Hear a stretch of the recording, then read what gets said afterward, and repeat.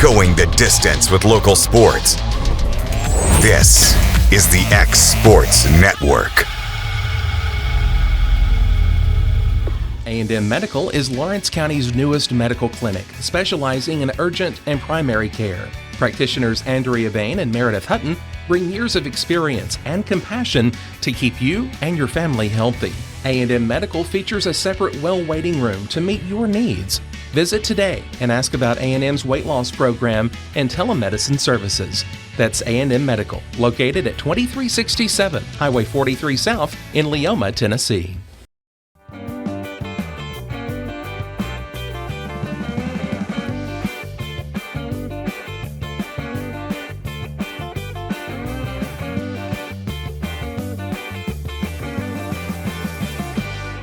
Bring your outdoor dreams to life at Loretto Nursery and Landscaping. This one-stop shop can help you get your project done from start to finish. Go see for yourself. They have a wide variety of plants, from tropicals to ferns and trees, plus hanging baskets. What they have to offer goes beyond what looks good. They also supply concrete, mulch, compost, and drainage culverts. Don't forget about their on-lot buildings and chicken coops. You think that's all? You can also stop by to fill up your propane tank. Loretto Nursery and Landscaping has you covered. Stop by 409 South Military Street.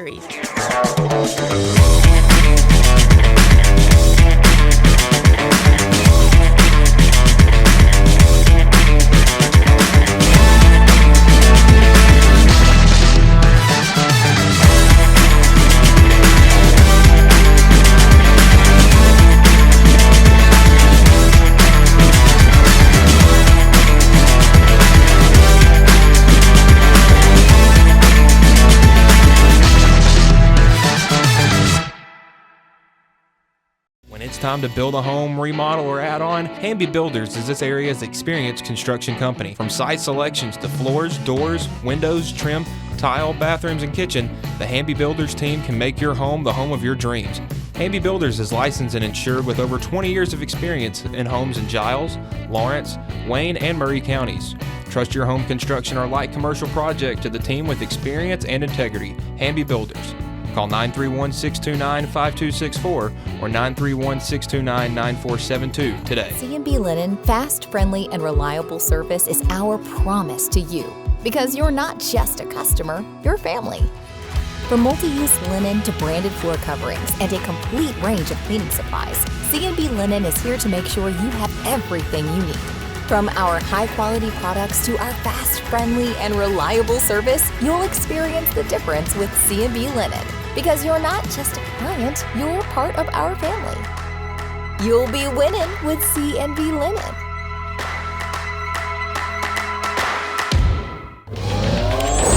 Going the distance with local sports. This is the X Sports Network. And welcome everybody to X Sports Live, brought to you by C&B Linen. AJ Good, joined by Kate Schultz and Michael Marks. And guys, debt period is literally starts next week. Kind of a debt period for us because I'll be gone on vacation starting next Thursday or next Friday, I should say. And but Mike, you've been busy seeing a lot of basketball over the last few days. Yeah, I would say Monday I was in Loretto, got to see the girls team in action there, and then Wednesday I was in Waynesboro with Lawrence County boys team. Got to see them in action, taking on Wayne County and Richland. Got some good matchups in there, and obviously during the summer you're not going to have all your guys, but with what Lawrence County had there, they looked pretty good. Yeah. I mean, they played Richland twice last year. Obviously, didn't play Wayne County, but they do have the bulk of those guys who are going to be on that team. We're there. I know there's some other guys doing some baseball and some football related stuff, but you did have the bulk of that team out there on the court this past week. Yeah, and I think that you could tell that this team is trying to build off what they had last year. You got to see some big games. Max Carr, Beck Land, both had big games in both performances. So curious to see how the season unfolds for them coming up. Yeah, and obviously the Loretto girls, going to be a lot of high expectations coming up for them this year, going as far as they did, another Final Four run. You got practically everybody back. They're going to miss the enforcer, Mike Tyson and Jesse Chance himself, but you get the bulk of this team back, and you get the bulk of your scoring, the bulk of your defense, bulk of your rebounds coming back. expectations are high, if you don't make it to the Final Four, it can be in some people's eyes deemed as a negative. Yeah, and that is going to be the tough thing. This year, compared to last year, I think they have a little bit more depth that they feel comfortable putting out there on the floor, but the difference is it's a lot of freshmen. I would say brought in a lot from that freshman class, or the 8th grade class at South Lawrence, but they have the talent, they have the experience. It's just going to be, got to go out in the court and win the games. Yeah, exactly. And on top of but those freshmen coming in state champions. Yes. Middle school level. Yeah, and it's a big group of them too. They've all played together their whole lives, and you could tell they went out and played a JV game against Marshall County, and it was 34-0 at halftime. Didn't allow a point, and you could just tell that was a well-oiled machine. It was 5 in, 5 out the entire game. They just looked good. Well, you can just tell that everyone's aligned. South Lawrence, everything they do in every sport is aligned with what they do at the high school. Very similar to what happens here in Lawrence County with E.O. Kaufman and some of the other surrounding middle schools, and same at Summertown. There's just a lot of alignment. So once you get to that level, it's different, and it's going to be more difficult, but you're not walking in completely with your head spinning, and that makes it healthy once you get to the high school level and high school program. And for a lot of the cases, the people that are coaching the middle school team, it's not the case necessarily South Lawrence, but most of their coaches are, you could say for Kaufman and Summertown, are coaching on the high school team as well. Right. So you're not coming in completely blind as a freshman, and I think that helps a ton, being able to go out there and feel comfortable and be able to produce as a freshman. Yeah, absolutely. Right. Well, guys, let's get into Cade's got one of the games from the other day up on his computer right now. College World Series, we are down to our final 2. And if I were to tell you guys it was North Carolina and Oklahoma for the national championship, how shocked or how much money would you put on that right now? Before the season, none. I would That's say exactly what I would say. Yeah. Well, see, Oklahoma, nobody really knew what the expectations were going to be for them this year. Like 4 straight SEC series coming into and lost the first game in the tournament coming into it. Yeah, I would say it was definitely not a good look, and they had made the tournament last year, but lost Kyson Witherspoon to the Major League Baseball draft, so you didn't know what to expect. They played really good the first couple of weeks. They had a weekend out in Arlington where they destroyed everybody. And then they kind of tapered off. Yeah. And, man, as soon as that tournament came back around, lost that second game to Georgia Tech, but were able to come back through that bracket. They've looked really good. And I'll be honest with you, even though, and we talked about it a little bit the other day, even though Georgia they had to win too, and I know a lot of people was talking that Georgia might have been at the advantage, playing Oklahoma, and we talked about it. Georgia just seemed to have just 1 through 9 the better team, right? But that don't always matter, as we know. The scoreboard always tells you who the better team is. Exactly. So, Oklahoma come out and got the job done, and they're in that finals, and I'm excited to see. I mean, North Carolina is a great team as well. Well, the way that Oklahoma has been able to play long ball in Omaha has really impressed me. I saw a stat. So they have 43 home runs in their last 16 games. It's already absurd. They only had 48 every game before that coming into this. So they've been really capitalizing off the long ball, this nice hot weather they have in Omaha. And probably 40-something, I guess. I guess, 60-something games is how many they've played now? Yeah. So I would say, you had about 48 in the other 40 games combined. I mean, that's insane. And they're just, it's baseball, man. You catch fire, and you catch fire at the right time. And North Carolina, not necessarily shocked. I know they came from my team side of the bracket, knocking out West Virginia. I'm thrilled my guys made it to the Final Four. Mike, you and I were talking, before we came on, you would be thrilled. I'm thrilled right now. I'm not the least bit upset. I think North Carolina, both Oklahoma and North Carolina look like buzzsaws because, like you mentioned, Oklahoma's offense was not necessarily predicated on the long ball. Didn't really have a good when every time they pop up a guy, well, he's hitting 260. Next guy, 270. I think they've got one guy in the 9 that hits over .300 Yeah, on the year. This wasn't a stellar ball club. They won some games and they won some series and they did enough, but this wasn't a team that made you go, whew. I mean, they're about to go make a run all the way to the College World Series. And then on the other side, North Carolina really struggled offensively in the regional, struggled in the super regional. Now their pitching and their defense sure as heck made up for that. But then they get to Omaha after that first game against Ole Miss. You know, offense comes alive at the right times against West Virginia, and then faces them again, and that offense comes alive again. So you got two teams with, North Carolina's pitching has been really good. Their defense is exceptional.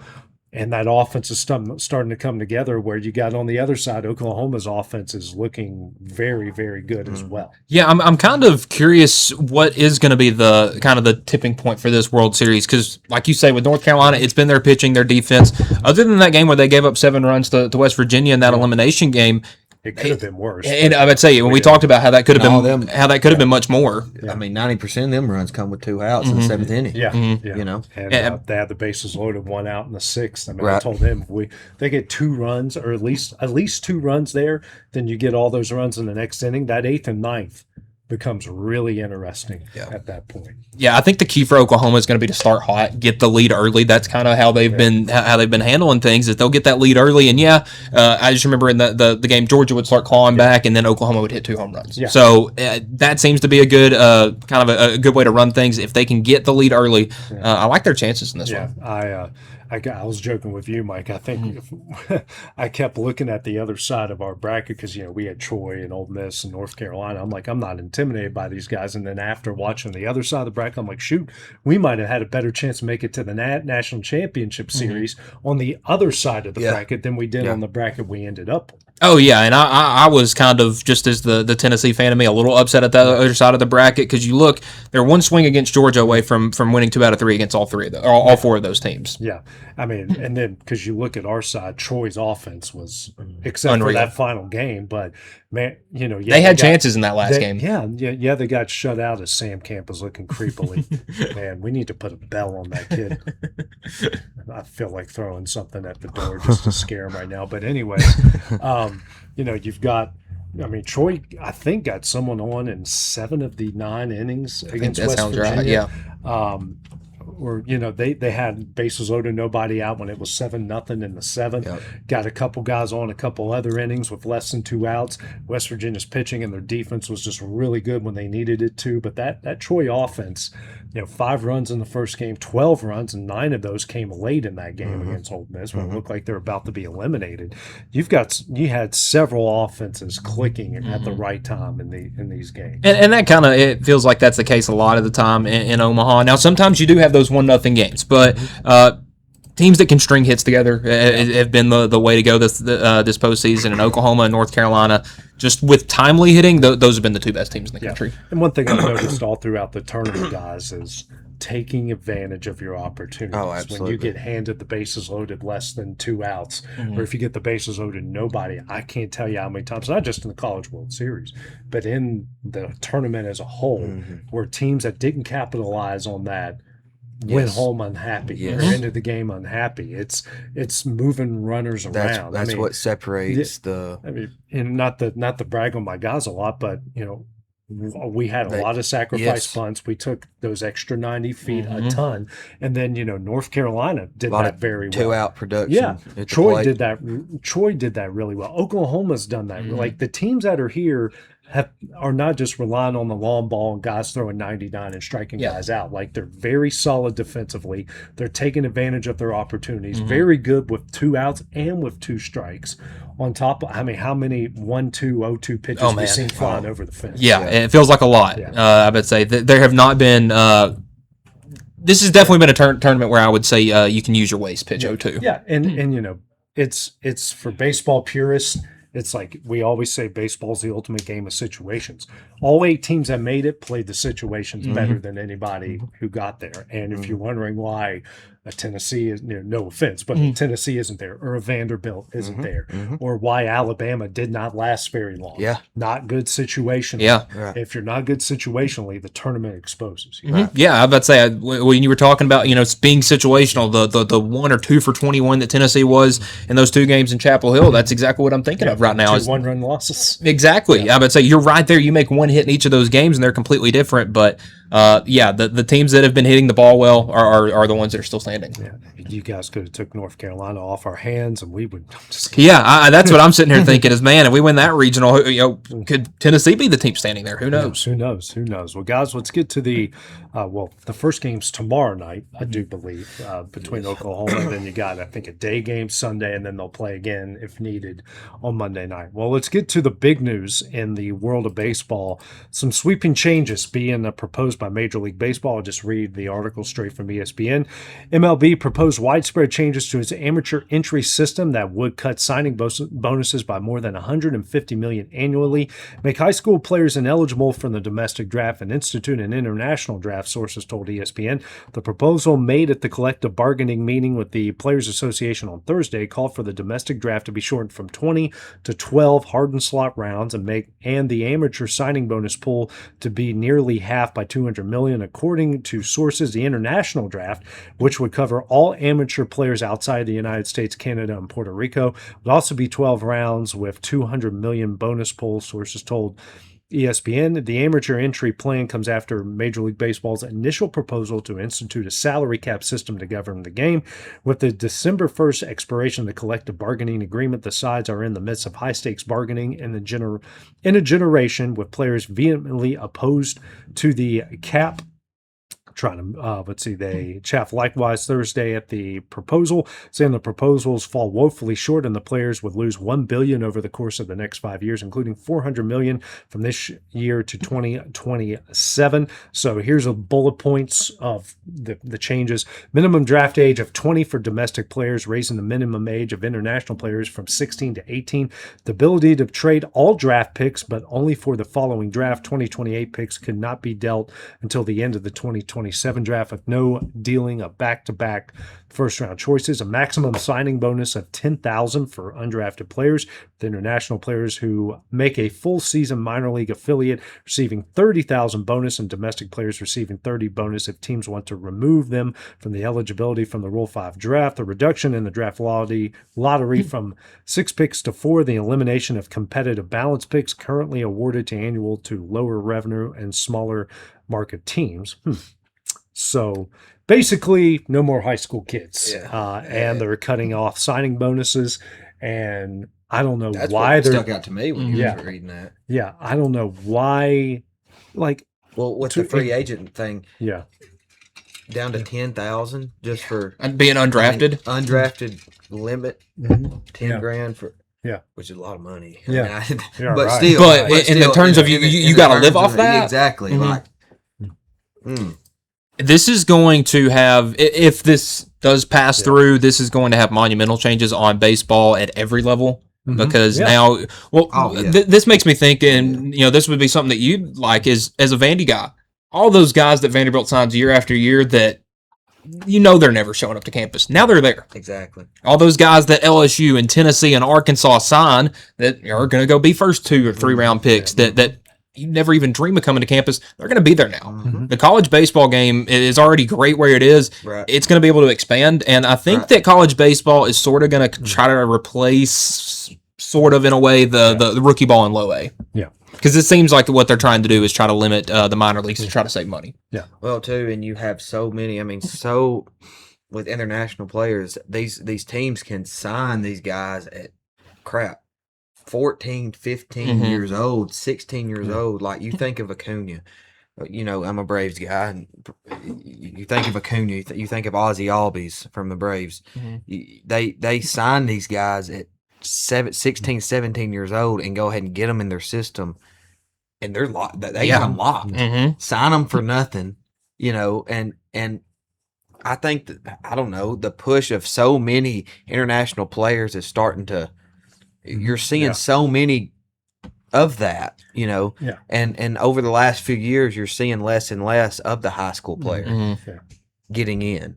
So I don't know. This may be Well, and them changing the international player age from 16 to 18, I think that's going to have a big impact as well. I think it will, yes. Well, you mentioned with Acuna, I know that the Padres drafted or signed Ethan Salas when he was like 15 or 16, and he was out there catching games in spring training at 17 years old. That's insane. Yeah. So, getting that to 18, I think like I said, it's probably going to end up cutting maybe a whole level of minor league baseball, but I think in the grand scheme of things, this is going to end up being a good move. I mean, I don't know. I don't know if they're going to cut. Especially because the only level you got to cut now is low A. I don't think they'll do that. I think what they're doing is trying to save teams money, which is funny. These teams all of them are making money and they're making revenue hand over fist, especially from media rights deals on top of everything else. And now they're trying to, I think a salary cap would be the best way to save money overall.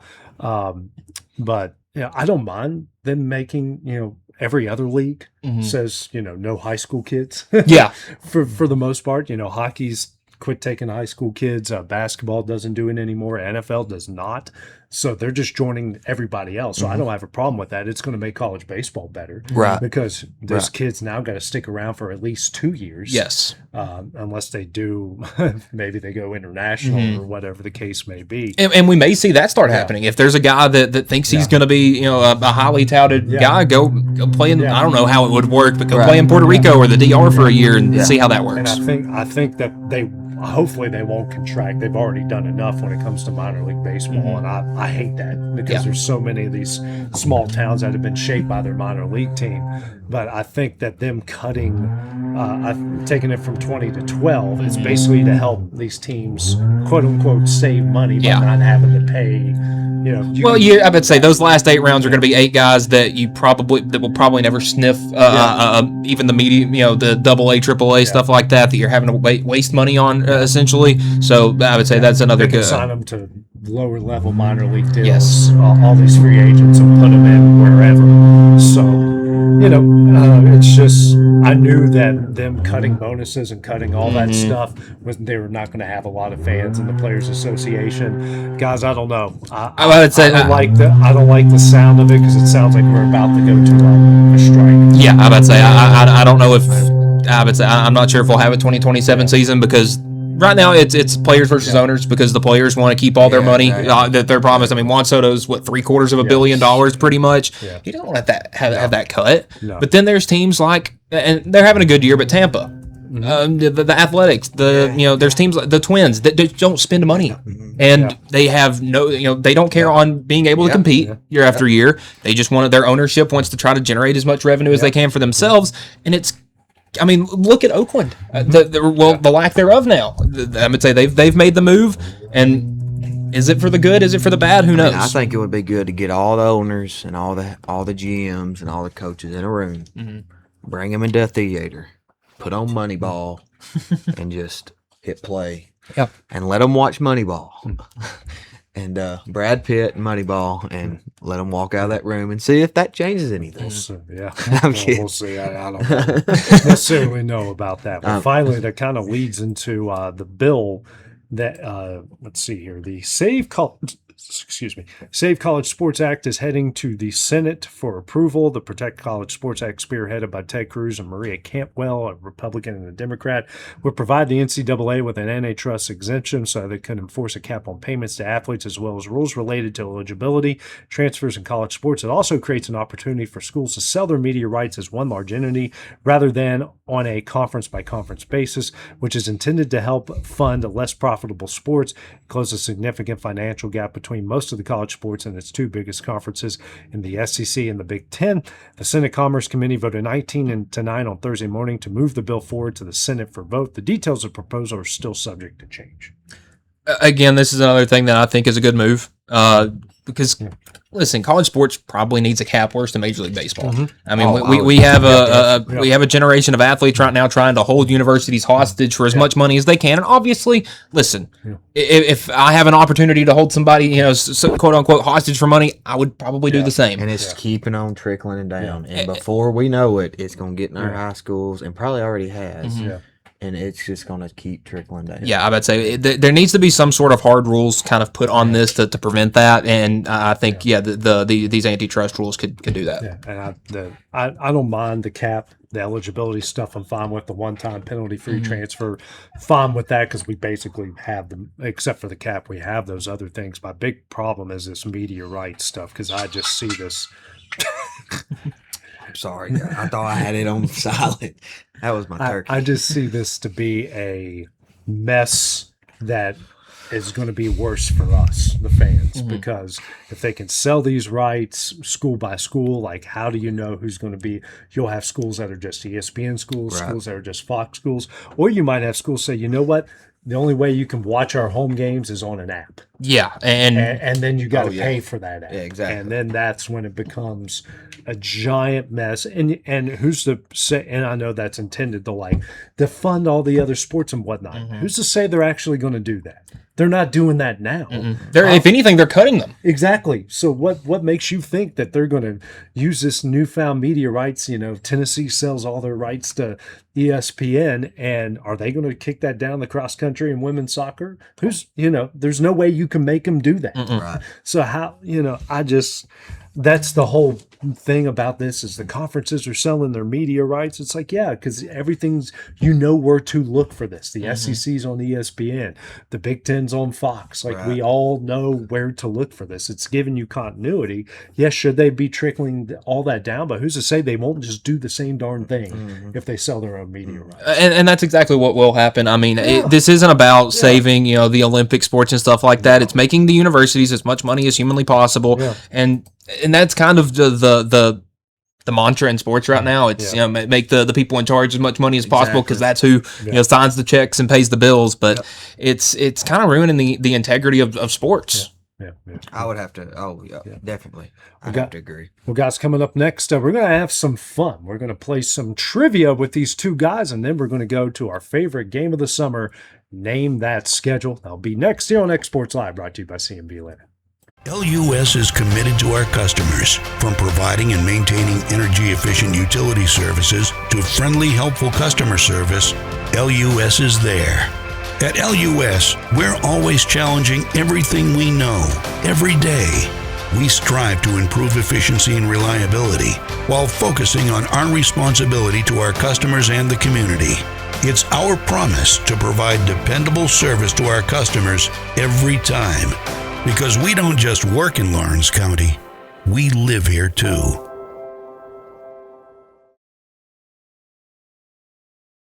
Make your lawn a legacy. At Legacy Lawn and Landscapes, we put more than 16 years of experience into your goals. We won't meet your expectations, we'll exceed them. We offer consultation, installation, maintenance, hardscapes, construction, and land clearing services. Owner John and Jamie Brewer with their team are dedicated to providing the highest quality landscape services to commercial and residential clients in Middle Tennessee. Service, teamwork, results. That's how you leave a legacy. Are you looking for a non-factory job environment? Livingstone Freight Solutions is a 3PL company that began managing warehouses in Tennessee, Alabama, and Mississippi. With our multiple shifts and experienced management team, our goal is to give you as an employee a safe family work environment and competitive wages. We offer a wide variety of employment opportunities from forklift drivers to management level positions. We also strive to offer a competitive benefit package and PTO options. For more information or to apply, visit us at livingstonefs.com or give us a call at 931-269-3255.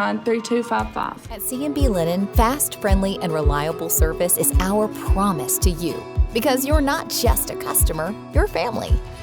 From multi-use linen to branded floor coverings and a complete range of cleaning supplies, C&B Linen is here to make sure you have everything you need. From our high-quality products to our fast, friendly, and reliable service, you'll experience the difference with C&B Linen. Because you're not just a client, you're part of our family. You'll be winning with C&B Linen.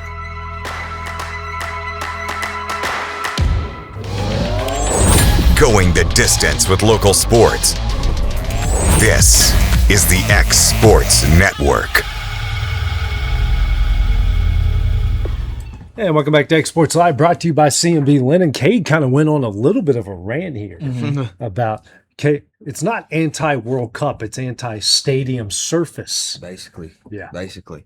Yeah, and what I was mentioning, the World Cup, come over here and is played in some of these NFL stadiums, and actually, me and my uncle was talking about it a little bit last night.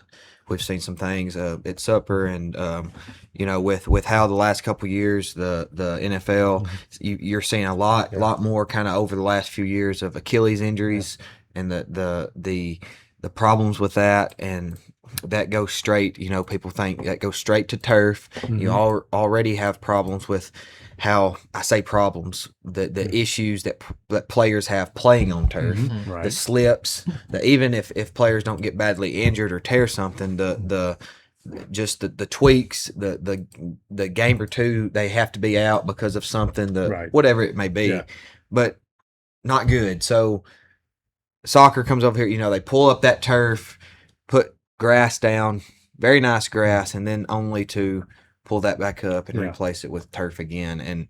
And I don't know, guys. I wish that it was all grass, and I know a whole lot, majority of NFL players have got to think the same way and wish it was all grass. And it would. And actually, there is a mandate coming. In 2028, the NFL and international stadiums hosting league games are going to be mandated to feature playing surfaces selected from a newly approved catalog of accredited fields. So pretty much the policy will require some sort of synthetic or natural grass to be on all NFL fields. Love it. So by 2028, that problem will be fixed. And hey, for the instance you're talking about, they could have it solved today. Maybe so. But I mean, you see so much. Even like if a quarterback comes out of a pocket, gets this pushed out of the pocket, and you see him scrambling, you're just kind of all of a sudden just hoping something. Because he starts backing up, and at any time, especially if it's raining, especially if it's an open stadium, you think of Buffalo. Well, Buffalo's about to move, but I know Washington was a stadium where a lot of players got hurt. Washington, I mean, just a slip, the Achilles tears, it's just, I don't know.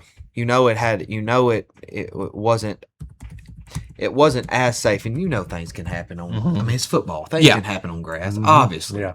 But they're less likely. The State Farm Stadium for Arizona averages nearly 6 injuries a game. That feels like a lot. But that's grass. It is. Yeah, that's grass. I've been on that field. But the next one is Washington, where it's 5.9 injuries a game. Wow. Washington sucks. Yeah, I would say it's just a stadium. That's another one I've been at and I've been on. That place is need to turn that. Hopefully into that 2028 mandate deal. Yeah, and they got all this new technology with all this grass. Sure. Like literally, colleges are testing out on their own grasses. Colleges don't have this nearly amount of injuries. Right. So I'm with you there, guys. Okay, here we go. Doing some trivia. I've got a new one. Literally just came up with it. All right, we're gonna have some fun. We're going to, because we're in baseball season, we're going to call it Name That or Those Sluggers. Ooh, okay. So the first two, you got guys, try to guess the top 10 home run leaders in Major League Baseball in 2007. 2007. Ready? Yeah, let's go. Adam Dunn. Yeah. Oh, is that number 5? Okay. 40 homers. My goodness. We're going to have Albert. Is Albert Pujols going to be in there? Pujols is not in the top 10. Okay. He was 15th with 32 that year. Big Poppy. Big Poppy was 7th with 35. Is Manny going to be in there? Ramirez? Manny Ramirez is not on this list. Gonna have to go with one of my favorites when I was younger. Growing up, especially a little kid watching, Josh Hamilton. Oh, that's a good one. Hamilton was not in the top 10. Okay, Wasn't I know. In 2008, he was big with that in the home run derby. I think he was in Cincinnati. No, he might have still been in Cincinnati. He's Cincinnati. Maybe so. Maybe right there. I'm trying to just go through teams. Vladdy's dad, senior. Not in the top 10. No. What about Ryan Howard? Ryan Howard was third with 47 home runs. You guys have gotten 3, 7, and 5. I'm kind of just going through teams and first baseman right now. The leader is not a first baseman. Oh. Number 4-ish. He's kind of a DH first baseman. Number 6, was an outfielder. Number 8 was a DH first baseman. Number 9 was a first baseman. Number 10 is a third baseman. Would that be A-Rod? There's actually both of the guys tied for 10th or third baseman. Is one of them A-Rod? A-Rod led Major League Baseball in 2007 with 54 homers. Oh, wow. He also had 156 RBIs. And he was hit by a pitch more than anybody 21 times. I'm gonna go with the great Texas Ranger over at the hot corner, Adrian Beltre. Beltre was not in the top 10. He wasn't even in the top 25. Wow. Oh, wow. Okay. That must have been a little early. He's more of a 2010. Yeah. Yeah. Okay.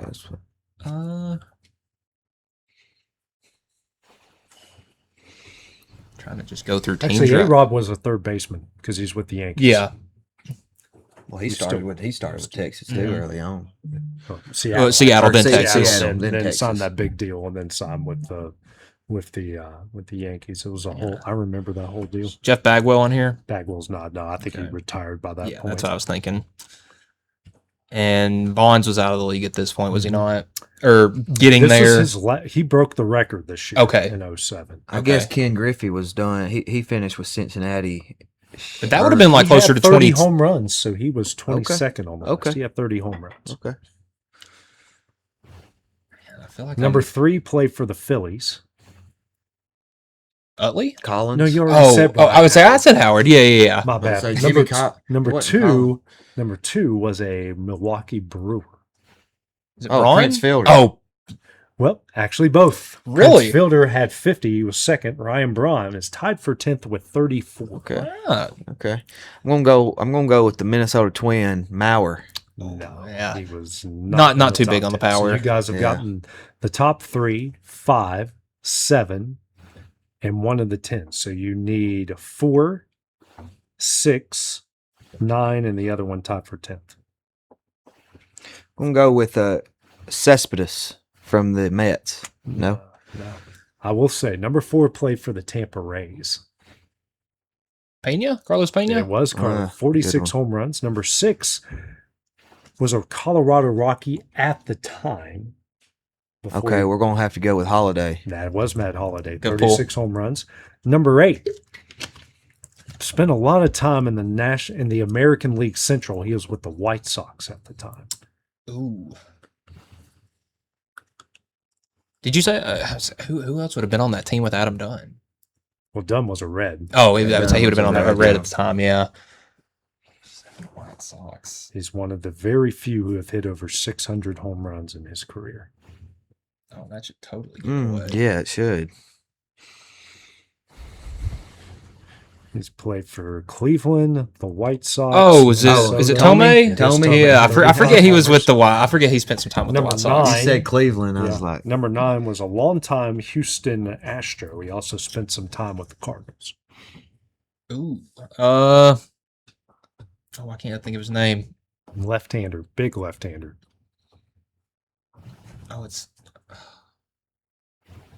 not Michael Brantley. No, no, it's he wouldn't have been on the list like this. Berkman. It was Berkman. Lance Berkman. Brantley was more of a Cleveland guy. Yeah, that's right. And then the other one tied for 10th at 34 home runs was with Florida at the time, but more known for his time in Detroit. Milwaukee. Oh, that would be Miggy Cabrera. 34 home runs. Beltran at 33. Soriano with the Cubs at 33.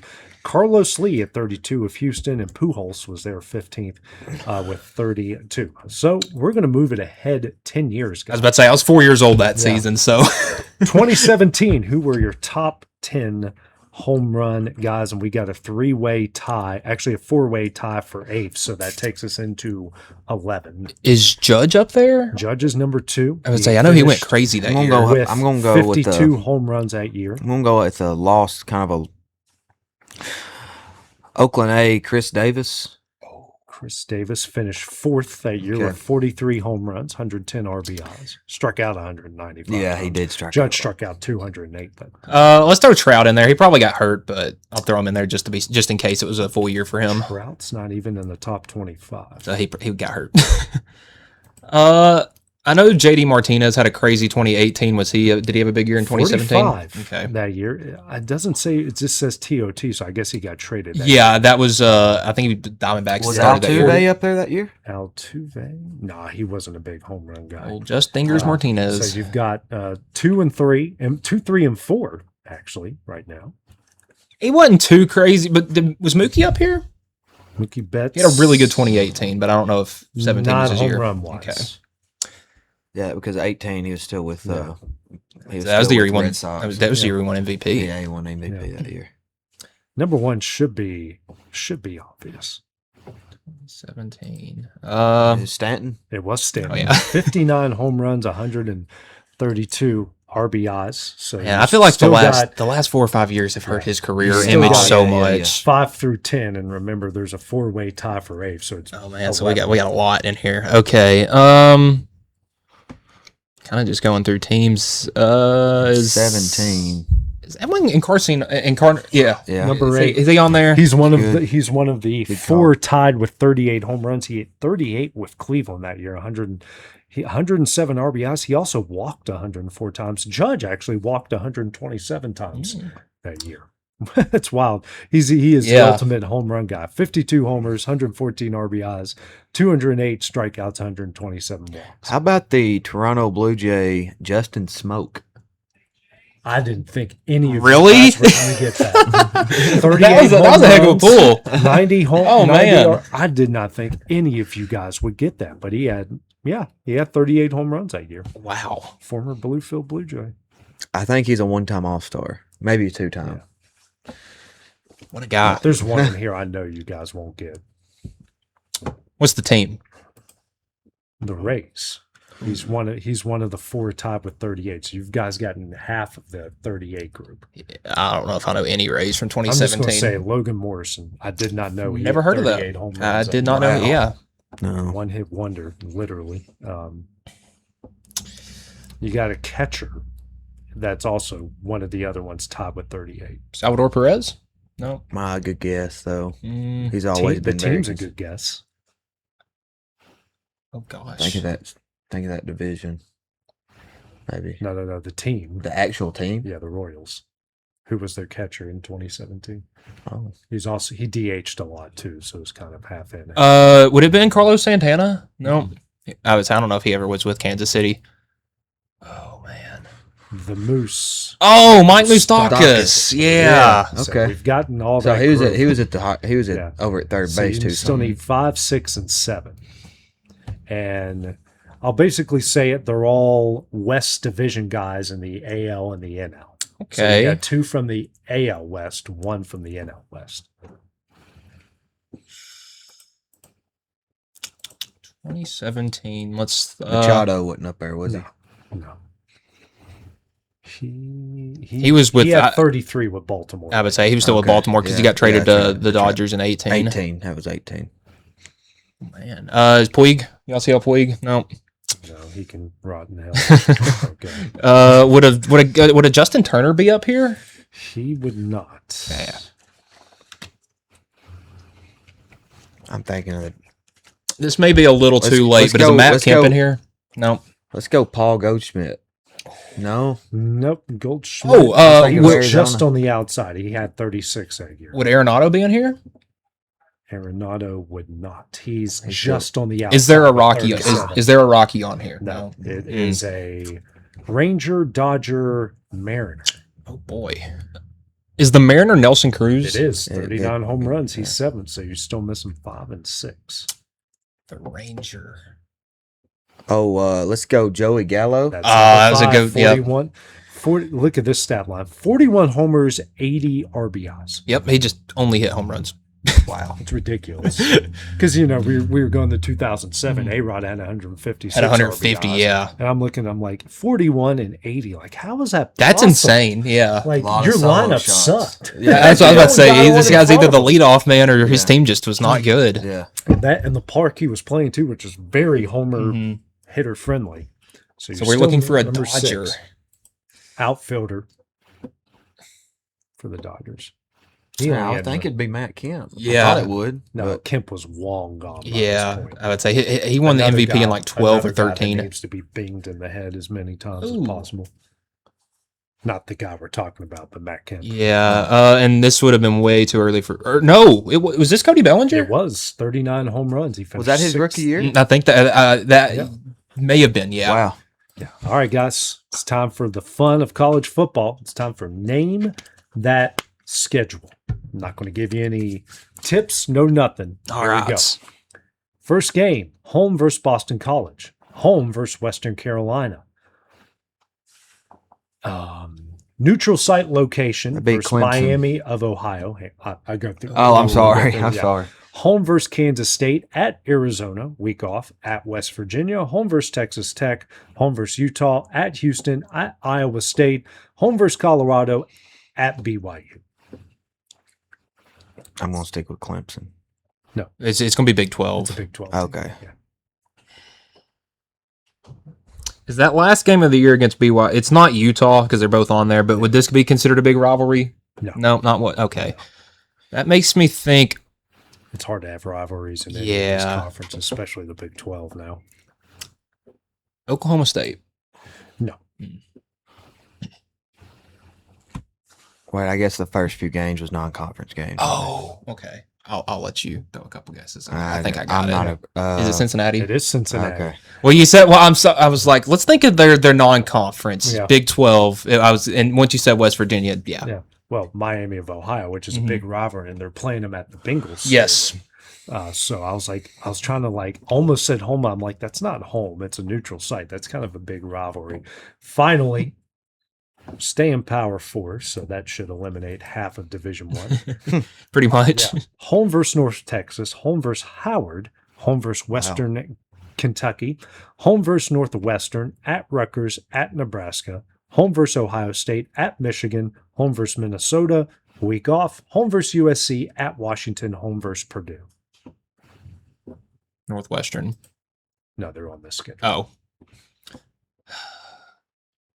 Oh, is it Indiana? It is. I would say, yeah. The Purdue at the Purdue, end should have yeah. gave that one away, but I'm like, this is kind of that Ohio State, Michigan, Minnesota, That's a rough. and then week off USC, Washington. That's rough. That's a rough. You got to go to Washington and to Michigan. They're going to have to earn their respect this year. Yeah, that's a pretty rough one. So, Cade, you got to brush up on. yeah. I know college football isn't your strong I gotta suit, get but you got to do some brushing up. Yeah. You're going to get some of these. Yeah. You're going to get some of them. Yeah. Well, I just remember the random one. We were in here. It was me, you, I Hayden, and started going Taylor. through FCS Yeah, and then schedules just to Taylor see put- how well they knew. Well, and then Taylor pulled Wyoming out or something like that he knew because there was He a worked rivalry in game. Wyoming. Yeah. I was like, and Taylor knows all the Mountain West Yeah. off the top of his head. Well, guys, that will do it for Exports Live, brought to you by C&B Linen. We'll be back here Monday, Wednesday, and Thursday of next week. So for Cade, Michael, and myself, we'll see you guys then. Going the distance with local sports. This is the X Sports Network.